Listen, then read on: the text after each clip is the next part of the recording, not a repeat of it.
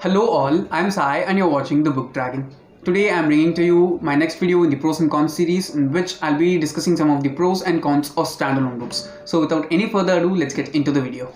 As usual, let's start with the pros. The first pro which I consider when it comes to reading standalone books is that there's not a huge commitment that's involved. Okay, generally I'm a series person rather than a standalone person. I like to read stories that are longer in length and the stories which run for more than one book. But the main thing which I like about standalones is that there's not that fear of commitment. Okay, because if you're committed to reading a series, there are multiple books in it and anything might happen in life, right? So we might not be able to read those books which we scheduled in specific times. But when it comes to standalones, it's not like that. It's just one and done, and once we start reading, we'll have that peace of mind at least, and that fear of commitment is not there when it comes to reading. And also, reading is something which I do for fun and entertainment most of the times, and I don't want to get frustrated while I'm getting entertained. So when I want to pick up a really nice, fun, calm read, I go for standalones because it's just a single book and there's no fear of commitment, as I said before, because there's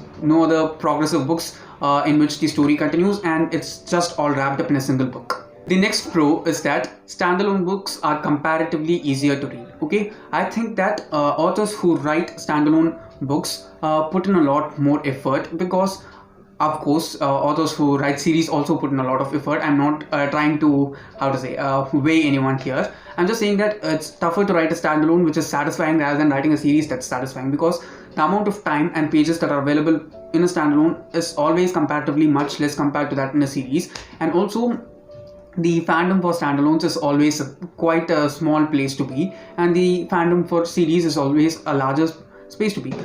This is an advantage for the author, because when there's just a single book to concentrate on, it's one and done. If it comes out well, it's done. No one's going to expect anything higher than that one, because it's just done there. If there's a next book, it's going to be a different one, it's going to be a different story. Things that are appealing for the readers are going to be different things. But this thing is something which I like a lot, and they're easier to read in that way, because mentally I can be very well prepared for reading a standalone than reading a series, and it's something which I like about reading standalones. The next pro is the most important, as I consider, when it comes to standalones, is that they are very well suitable for beginners. Okay, if you're a person who's just so new to reading, and if you're introduced to reading a series of books which consists of at least 6 or 7 books as a whole, you're going to be intimidated.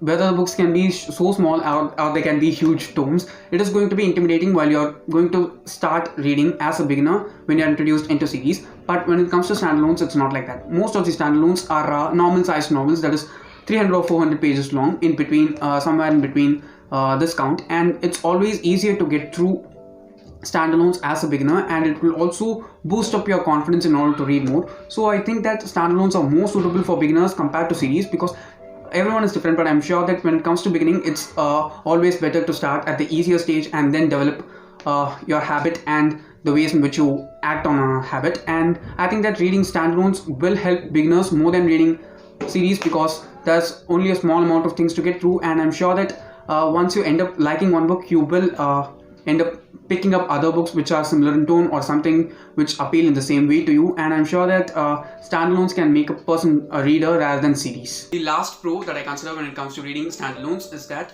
there are less disappointments or no disappointments at all, because while you start with a series, and if the first book is good, it might be more good compared to the second book, and as a result, the second book might bum you out and you will end up disappointed. But when it comes to standalones, it's not like that. It's just a single book, just as I said before, and it'll the disappointment will be less if you don't end up liking the book, and also if you end up liking it, it's not going to be a disappointment at all.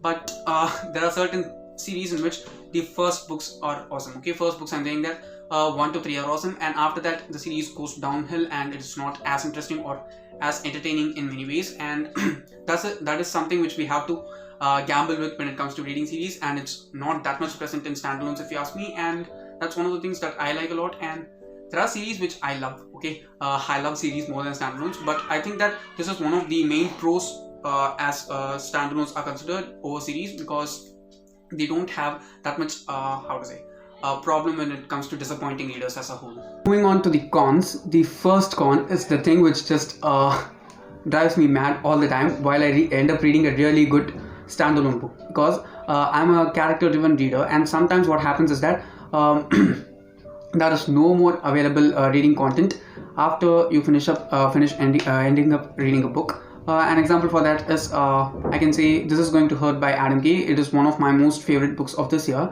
and there is nothing after that book that was published in relevance to it, because I just liked that book a lot. It's non-fiction, it's not even fiction, it's a kind of a memoir, and I just liked it a lot. I liked the character from whose point of view we get the entire story from. It was really interesting in that way. But as a con of that book, I didn't get any other reading material that was related to that book in any way, and it just bumps me out a lot.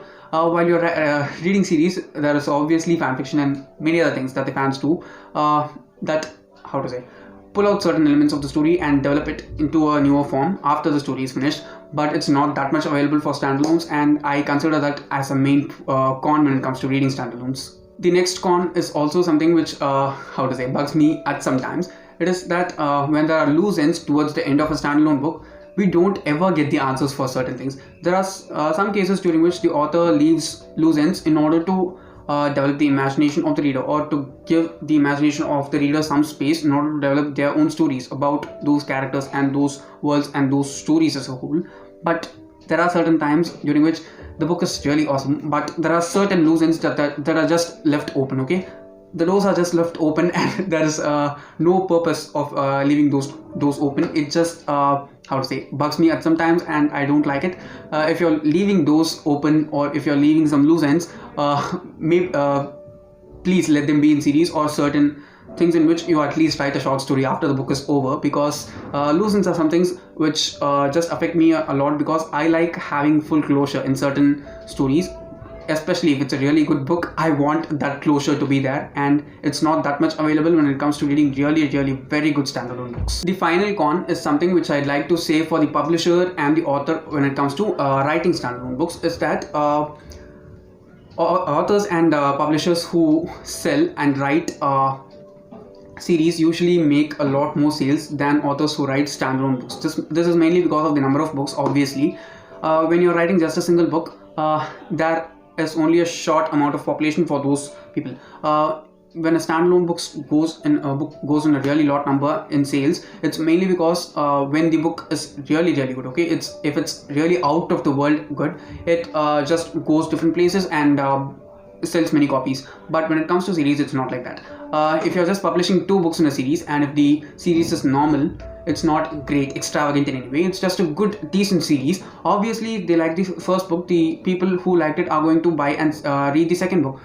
So it's definitely going to double the amount of sales for the author as well as the publisher, and it's going to help boost the market of the book in the industry. And I think it's a main con when it comes to writing standalones as an author. Okay, that's all for today, and do let me know down in the comments whether you accept with my points or not. And if you did enjoy watching this video, don't forget to give it a thumbs up and also share it to your friends. If you want to get more content from me, do subscribe to the channel, because I publish new videos every Sunday, Tuesday, Thursday and Saturday. Thanks for watching, and have a great rest of your day.